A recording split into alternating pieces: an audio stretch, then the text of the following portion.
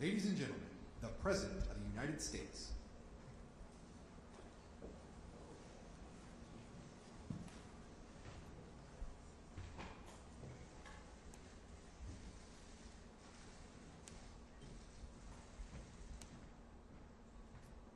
Please have a seat. There's enough press here. Well, good evening, everyone. Before turning to the important work we accomplished here at the G7, I want to take a few minutes addressing the budget negotiations that I'm heading back home to deal with. Before I left for this trip, I met with all 4 congressional leaders, and we agreed the only way to move forward was in a bipartisan agreement. And I've done my part.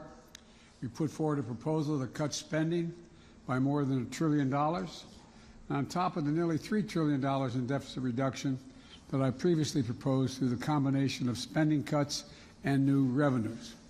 Now it's time for the other side to move from their extreme positions, because much of what they've already proposed is simply, quite frankly, unacceptable. And so let me be clear.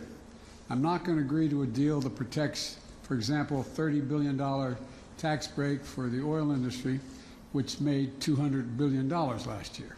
They don't need an incentive of another $30 billion, while putting health care of 21 million Americans at risk by going after Medicaid. I'm not going to agree to a deal that protects $200 billion in excess payments for pharmaceutical industries and refusing to count that, while cutting over 100,000 school teachers and assistance jobs, 30,000 law enforcement officers, jobs cut across the entire United States of America. I'm not going to agree to a deal that protects wealthy tax sheets and crypto traders while putting food assistance at risk for nearly 1 million Americans. And it's time for Republicans to accept that there is no bipartisan deal to be made solely on their partisan terms. They have to move as well. All 4 congressional leaders agree with me that default is not, let me say it again, default is not an option. And I expect each of these leaders, to live up to that commitment. America has never defaulted on our debt, and it never will. The Speaker and I will be talking later on the plane as we head back, because it's 5 or 6, 7 o'clock in the morning there, and our teams are going to continue working. Now, we've had a packed few days here in Hiroshima, and I think with very productive and important meetings at the G7 summit. We also held the Quad meeting here in Hiroshima rather than Australia, and important bilateral discussions with Prime Minister Kishida of Japan, Prime Minister Albanese of Australia, and President Zelensky of Ukraine, as well as the Prime Minister of India. This is my 3rd trip to the Indo-Pacific as President, and I look forward to rescheduling my stops in Papua New Guinea and Australia later. I've spoken with the Prime Minister of Papua New Guinea, and Secretary Blinken is traveling there to meet with the Pacific Island partners at that moment. And I'm also going to be hosting, and I've spoken with the Prime Minister, hosting the leaders of the Pacific Island Forum in Washington this fall, because I've been unable to make it to Papua New Guinea. And Prime Minister Albanese, we're going to have a state visit later this year.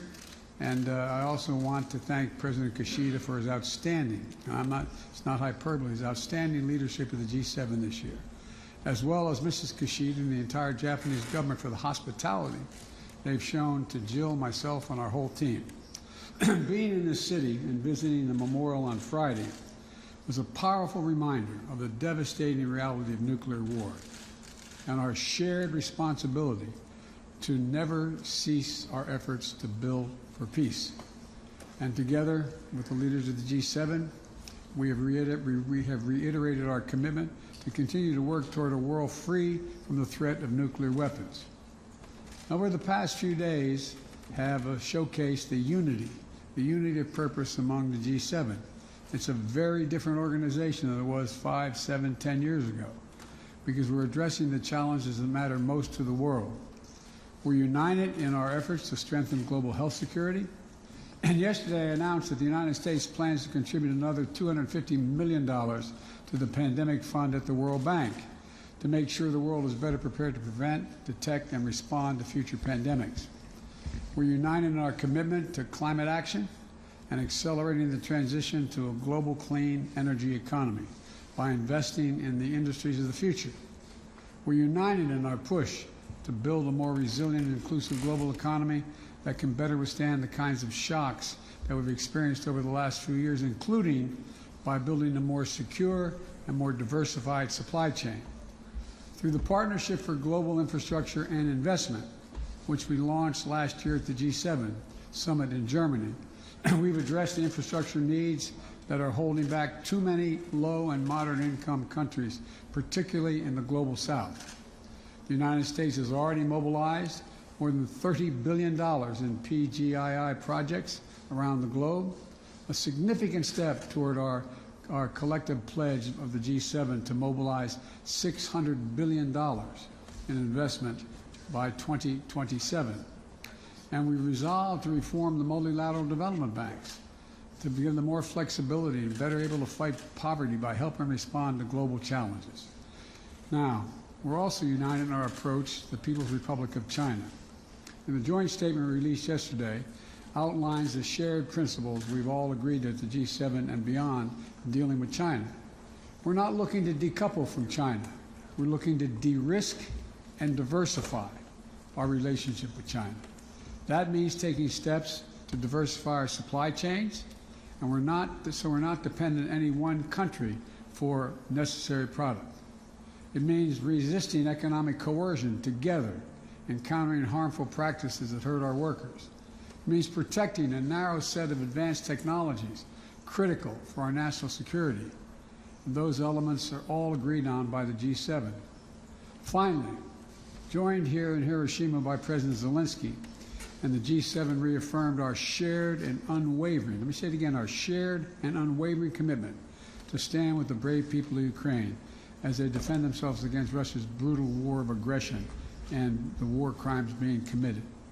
Together with our partner countries, we reiterated the need for a just peace that respects Ukraine's sovereignty and territorial integrity, both core principles of the UN Charter. Russia started this war, and Russia could end it today by withdrawing its troops from Ukraine, internationally recognized borders, and ceasing its assault. Until then, Ukraine's ability to defend itself is essential to being able to end this war permanently and through diplomacy. You know, and this morning, I once more shared and assured President Zelensky, together with all G7 members and our allies and partners around the world, that we will not waver. Putin will not break our resolve as he thought he could 2 years ago, almost 3 years ago. We're going to continue to provide economic, humanitarian, and security assistance to Ukraine so it can stand strong as long as it needs it. And today, the United States announced our latest tranche of artillery, ammunition, anti-tank weapons, and bridging equipment to help Ukraine succeed in the battlefield. You know, in my private meeting with President Zelensky after the G7 meeting and with his staff, I told him the United States, together with our allies and partners, is going to begin training Ukrainian pilots in fourth-generation fighter aircraft, including F-16s, to strengthen Ukraine's Air Force as part of a long-term commitment to Ukraine's ability to defend itself. We provided the last year all that they needed to deal with what they were dealing with at the moment. And that's when now we're moving in the direction of putting them in a position to be able to defend themselves in ways beyond what they've had to deal with so far. The past few days have once more underscored how important America's global leadership is. Presumptuous thing for American presidents to say, but I think you'll find if you ask any of our colleagues it's true. The security and prosperity of the American people are substantially increased by working in concert with our closest allies and partners to build a future of greater economic strength and resilience in a world that is more peaceful and stable.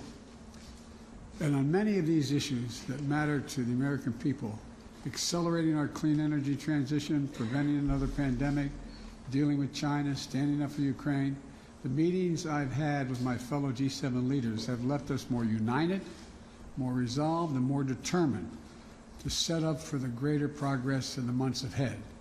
And this has been an extremely significant and important summit. With that, I'm going to take some questions. And Trevor of Reuters. You spoke a moment ago about what you won't do in terms of your negotiations with Republicans, but I'm interested in what you've signaled you already might do. In particular, by conceding in these negotiations to some form of a cap or freezing spending, are you concerned that Mr. McCarthy has already forced you into accepting a policy position that could tip this economy into a recession? No, I don't believe that's the case at all. As a matter of fact, I think that we can reach an agreement.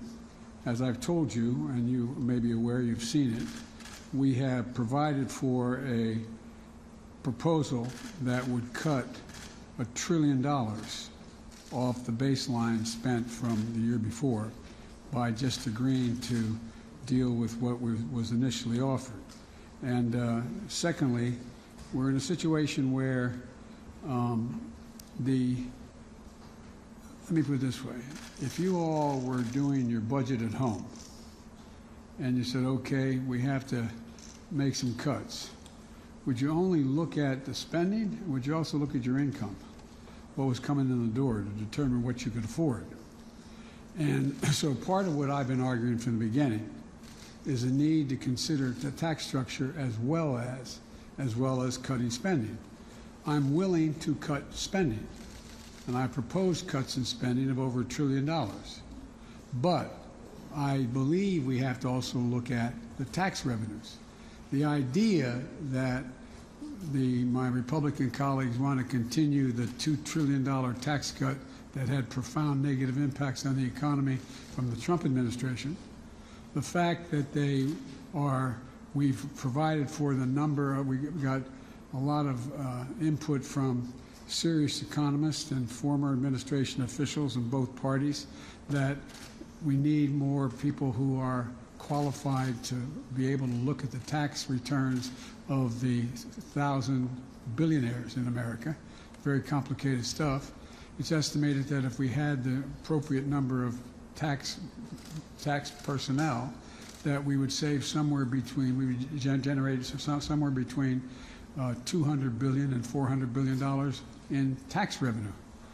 And there's a lot of other, for example, the idea that we're, in terms of taxes, that they refuse to, for example, I was able to balance the budget and pass everything from the global warming bill. Anyway, I was able to cut by $1.7 billion in the first 2 years the deficit that we were accumulating.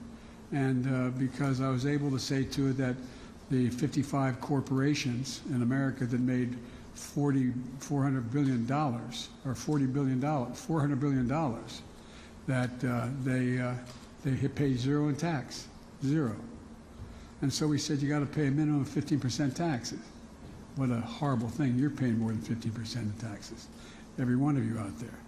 And so guess what?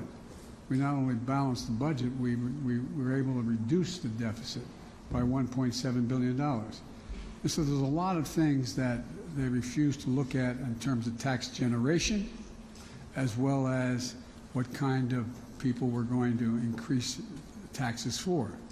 And like I said, we're now down to, we went from roughly 740 billionaires to about 1,000 billionaires in America. They're paying an average tax rate of 8%.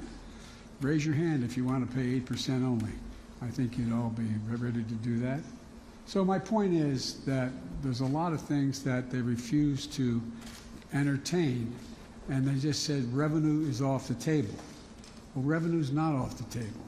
And so that's what we continue to have a significant disagreement on the revenue side. But you don't think the spending cuts themselves will cause a recession? I know they won't. I know they won't. Matter of fact, the fact that we were able to cut government spending by $1.7 trillion, that didn't cause a recession, that caused growth. look, we have the lowest unemployment rate in over 50 years. We've created 7 million new jobs, including 800,000 manufacturing jobs.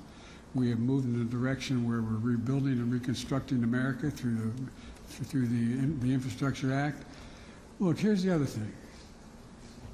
I'm not sure, my guess is I'll get a question about, well, wait a minute, the American people aren't satisfied.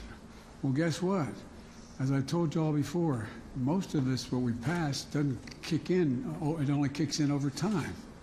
And so the fact is, for example, that if you're in a situation where I'll give you the one example that I've used, everybody understands the easiest, is insulin. Well, I decided that we were going to be in a position where we were not going to continue to pay the highest drug prices in the world. And that's what we do, by the way. Same manufacturer of a drug in the United States, selling it here in Japan, selling it in Tokyo, or selling it in Berlin, or selling it around the world, they pay a lot less than we pay at home. So we said a simple proposition. Let's take a look at how much it costs to make the product. And I'm not going to ask you to show of hands like I do in a town meeting, but if I usually ask how many people know somebody who has type 1 or type 2 diabetes, and almost at least half the audience raises their hand. Well, they were paying somewhere between $400 and $700 a month for their insulin that they badly need to stay healthy and alive. Well, guess what? It costs $10, T-E-N, $10 to make. To package, total amount, they argue maybe as much as $13. Well, guess what? Now they can't charge more for Medicare can't, because Medicare is taking American tax dollars and paying for the elderly's health care needs. You can't charge more than $35 for that drug. That saves $160 billion. Hear it? $160 billion less will be paid out by the American taxpayer to help the elderly people on Medicare with a problem. Well, a lot of this is just kicking in. We're in a situation where next year, for the drug cost, no senior will have to pay total cost of all the drugs, from expensive cancer drugs to whatever drugs they're taking, will not have to pay more than $3,500 a year. The following year, we've already passed this as a law now. The following year, they won't have to pay more than $2,000. That saves another $200 billion that we're paying out. But the other team won't count this. Even though it's a law, we passed it, they won't count that as reducing the debt. So there's a lot of those kinds of disagreements we have. And my guess is that I'm going to be talking to the Speaker of the House on the way back on the plane, because there'll be morning time over at home, and I'm going to be in that plane about an hour or so. And my guess is he's going to want to deal directly with me and making sure we're all on the same page. But that's probably more than you wanted to know. How about Macero, NHK? Hi, good evening, Mr. President. The Chinese military is more active at this time in the Taiwan Strait, with expectations this might increase leading up to Taiwan's presidential election next January. Despite some diplomatic communication recently between the U.S. and China, the military hotline is not working. Under this circumstance, how will you manage the diplomatic relationship with China? And how will you strengthen the U.S. alliance with Japan and ROK in order to counter China? Thank you. Well, number one, you're right. We should have an open hotline. At the Bali conference, that's what the President Xi and I agreed we were going to do and meet on. And then this silly balloon that was carrying 2 freight cars worth of spine equipment was flying over the United States, and it got shot down, and everything changed in terms of talking to one another. I think you're going to see that begin to thaw very shortly. But in the meantime, what's happened is, I think it's fair to say, for those of you who have dealt with dealt with the Japanese government and reported from here for a long time. The situation in terms of our relations with Japan have never, ever, ever in American history been stronger. Never, never. And we started this relationship when I came to see, some of you were with me on my first trip here, when I came to see President Kishida's predecessor, and made the case that what's happening in Europe, the world's getting smaller. What's happening in Europe in the invasion of Ukraine affects everyone, including people here in the Pacific Basin. And so we've ended up where you have Japan stepping up in a way that's of real consequence in terms of your defense budget, number one, and a beginning of a rapprochement with South Korea. I've spoken at length with President Moon of South Korea. He came to Washington of late. He's agreed, we're all of the same agreement, that in fact we are not going to, we're maintaining, we all agree we're going to maintain the one China policy, which says, everybody kind of forgets, now I mean you all know, but the public kind of forgets that it says that neither country, China or Taiwan, neither territory can independently declare what they're going to do, period. There has to be a mutually agreed to outcome. And so we're sticking by that. We're not going to tell China what they can do. We made it clear that we don't expect Taiwan to independently declare independence either. But in the meantime, we're going to continue to put Taiwan in a position that they can defend themselves. And there is clear understanding among most of our allies that, in fact, if China were to act unilaterally, there would be a response. There would be a response.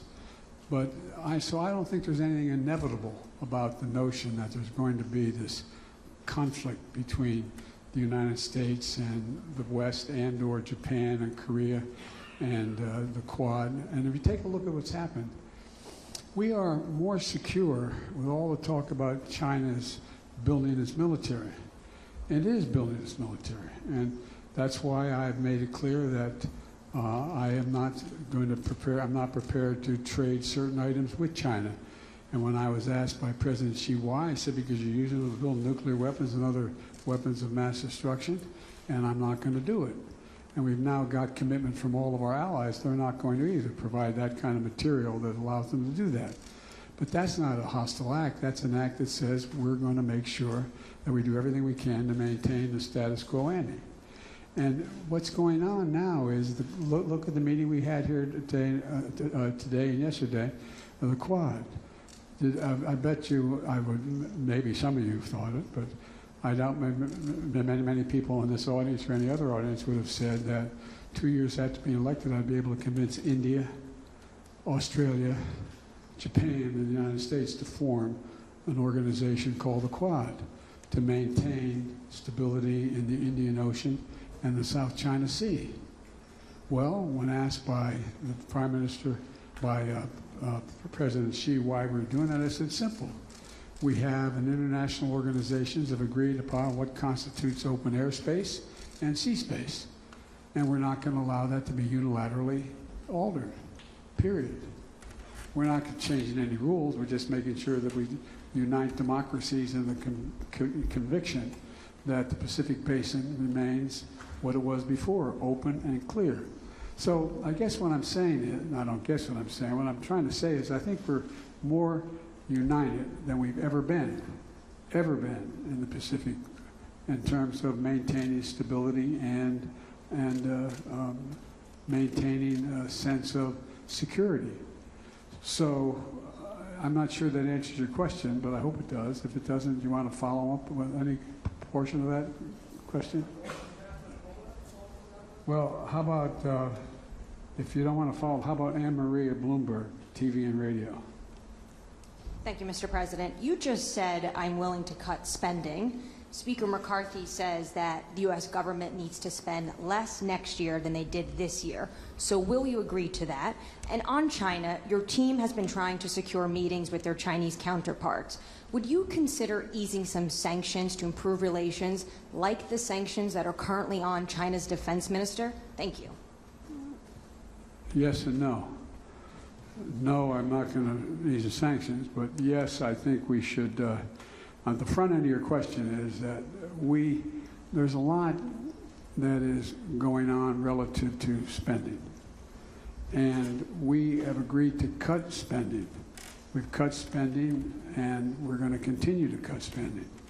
But the question is, what base do you start from?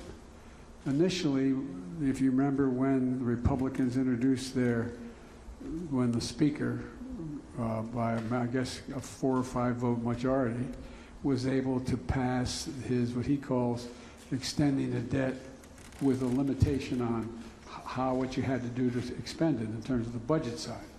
I said, I'm not going to negotiate on whether you extend the debt. I will negotiate on the budget. On the budget side of the equation, they came along and said initially, it's hard to determine where they are, quite frankly. And I don't know, you all may know more from questioning than I do. But they came along and said, we're going to move off of the 2023 budget. And that's the baseline we're going to use for the next 2 years, that budget. And I said, well, what about what you all just voted on after the budget, which was the add-on money that you all agreed to, and the House and Senate voted for? And they said, well, that includes that as well. I said, okay, well, then we may be able to work on something. So we started calculating what that would mean in terms of it came to a 22% cut for everything in the budget, but the things that have already been passed, the 5 big initiatives that I've already passed in terms of infrastructure, the Affordable Care Act, et cetera. But in the meantime, what happened is that that seems to be changing. They said, well, we're going to exempt. Remember we said that, well, you're going to cut veterans because 20 said everything. That's discretionary budget. So no, we're not going to cut veterans. Okay, that's good. And initially they started off, they're going to cut Medicare, Medicaid. I said, whoa, whoa, whoa, no, I mean not Medicaid, Social Security and Medicare. They said, no, no, no, no. First time I ever had a negotiation in the State of the Union message. But they said, no, we're not going to cut that. Okay, well, that's off the radar. What else is off the radar? And they named some other things. And I said, well, that means if you want to get the number you wanted from freezing the budget at 2023 plus the additions you added, then that means you're going to go from 22%, you're going to end up cutting 30% or 35% discretionary budget. For example, if you calculate what they're talking about, they're going to lose 100,000 teachers and assistants. They're going to lose thousands of police officers across the board. I mean, just calculate what it means if you take all discretionary spending and you make no distinctions other than what the percentage number of the cut is. And some of it makes absolutely no sense at all. And so what we've done is we're going to have to sit down. I'm hoping that Speaker McCarthy is just waiting to negotiate with me when I get home, which has been, I don't know whether that's true or not. We'll find out. But at first we weren't making progress, then we made a lot of progress, and then all of a sudden we came back with a proposal that was very cut back from where they had agreed or discussed. And now I don't know where we gave a counter proposal to the counter again. I know this sounds ridiculous, but that's what we did. And I'm waiting to hear the response to what we have offered. We are willing to cut spending as well as raise revenue so people start paying their fair share. Again, if this is for a town meeting, I ask, raise your hand if you think the tax structure is fair, remotely fair. What do you think? Anyway, so that's the context. And on China, you will not lift sanctions on China's defense minister because White House is trying to weaken him, but he's currently sanctioned by the U.S. government. No, I know that. That's under negotiation right now. I thought you said whether I would lift sanctions on material I was going to sell the Defense Department, meaning would I sell some? The answer, that's under discussion. Jim Tankersley, New York Times. Hi, Mr. President, thank you. Oh. You speak a lot at these summits about the power of democracies to solve big problems, but I'm curious in these meetings with world leaders, how are you explaining the possibility that American democracy could cause a global financial crisis if the debt limit is breached next month? And I'm wondering if you are offering them assurances that whether it's by invoking the 14th Amendment or anything else, you will take whatever steps you need to make sure that doesn't happen? First of all, it would be a very serious circumstance if we didn't pay our debt for the first time in 230 years. That'd be a serious problem. So far, there's been very little discussion, and they all know what's going on, about whether or not we're going to default on our debt. Number two. Number three, I can't guarantee that they wouldn't force a default by doing something outrageous. I can't guarantee that. Number four, I'm looking at the 14th Amendment as to whether or not we have the authority. I think we have the authority. The question is, could it be done and invoked in time that it would not be appealed and as a consequence past the date in question and still default on the debt? That's a question that I think is unresolved. And so the point is, I'm hoping and I believe that when we sat in the room with all the leaders from Mitch McConnell on, and they said, we will not default, period. We will not default. That's what all, including Kevin McCarthy, said, we will not default. And so I'm assuming that we mean what we say, and we'll figure out a way to not have to default.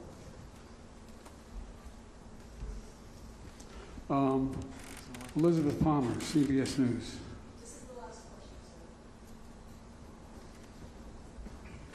Good afternoon, Mr. President. What has President Zelensky told you about the big counteroffensive? And maybe you can start by telling us whether it's actually underway or not. And I'd like to ask you about the F-16s. You've greenlit them now. Jake Sullivan said arms and equipment go to Ukraine according to what he called the exigencies of the conflict. So what exigency now exists that didn't exist that demands these planes? Well, I'll tell you exactly when they're going to move, exactly where they're going to go. He told me, come on, God love you. I'm going to, even if I knew precisely, you think I'm going to tell you what they're going to do in terms of their offensive? Well, I hope I wouldn't do that, because that would mean it wouldn't succeed. But the fact is that we did discuss privately I did discuss with Zelensky let me put it this way. We and our NATO allies know how many brigades they have trained, know what the status of those brigades are, and have an expectation as to what their likelihood of succeeding are. We don't know that for certain. War is uncertain. War is uncertain, to state the obvious. So, and it will proceed. I can't, even if I think I do know, but I'm not going to tell you because that would not be a smart thing to do either. So having said that, the expectation and hope is that they will be successful in that it'll make it clear to Russia that the cost, for example, Bakhmut. Bakhmut is a discussion about whether or not it's been lost or whatever. And well, the truth of the matter is the Russians have suffered over 100,000 casualties in Bakhmut. It's hard to make up. It's hard to make up. So whether or not there are troops in Bakhmut occupying, there's not many buildings left standing in Bakhmut. It's a pretty devastated city. But they have been able to move in a direction that they've been able to lock down an awful lot of the Russian forces, including the Wagner group. So with regard to the F-16s, F-16s would not have helped in that regard at all. It was unnecessary. For example, let's take just Bakhmut, for example. Would not have any additional added consequence. But what's happened is, since the provision of everything from the significant missile defense systems, tanks, sophisticated tanks, and like all the things that were of consequence in the near term in the Donbass area and where the fighting was taking place, they now have all that equipment. There's a little bit still coming, but have all that equipment. What's going to happen, though, is if they continue to do well, they're going to be in a situation where you're going to have the Russians being able to stand off at a greater distance from maintaining their headquarters and other things which are out of range of certain of the existing capacity they have. And they have to be able to be in a position where now those fighter jets, those F-16s, make a big difference in terms of being able to deal with what is coming down the road. And God willing, and we don't know this, if they're successful and there ends up being an accommodation where there is not the ceasefire, but there is a peace agreement that gets worked out, that they'll have the capacity to have confidence in their ability to resist response by the Russians if they were to change their position. So that's the essence of the difference. Was there another part of the question? No, but I have one, and that is you do expect these F-16s to take part in this conflict? No, not the percent. I don't expect the F-16s to take part in the existing. Let's assume that it's not, but let's assume tomorrow the offensive was started, or in a week or 2 or 5 or 7 or 10. It's not highly unlikely they would take place in that context, but it will take place in the context if they're successful in the near term. They're going to then continue to have to fight with the Russians who have headquarters beyond where they are now not able to reach by the existing capacity that exists in their arsenal. So it's a different need, just like the tanks weren't needed in the beginning, but they're needed now. And so that's the nature of the change. What assurances do you have that providing F-16s won't escalate this war? I have a flat assurance from Zelensky that they will not use it to go on and move into Russian geographic territory.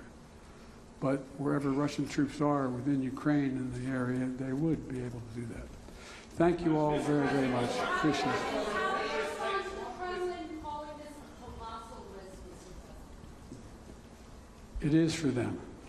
And Mr. President, on the debt limit, you said already, I've done my part. Do you think that if there is a breach, nobody is going to blame you?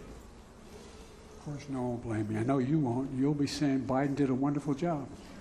I know you. Would you be blameless in a default situation? On the merits, based on what I've offered, I would be blameless. On the politics of it, no one will be blameless. And by the way, that's one of the things that some are contemplating. I actually had, well, I got to be careful here. I think there are some MAGA Republicans in the House who know the damage that it would do to the economy. And because I am president and president's responsible for everything, Biden would take the blame, and that's the one way to make sure Biden's not reelected. Thank you. Thank you, everybody.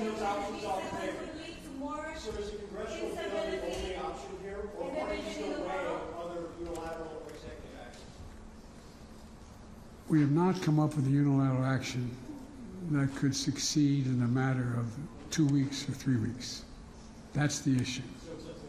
So it's up to lawmakers. But my hope and intention is when we resolve this problem, I find a rationale to take it to the courts to see whether or not the 14th Amendment is in fact something that would be able to stop it. Thank you. The press conference has concluded. Thanks, everybody. Thank you, everyone.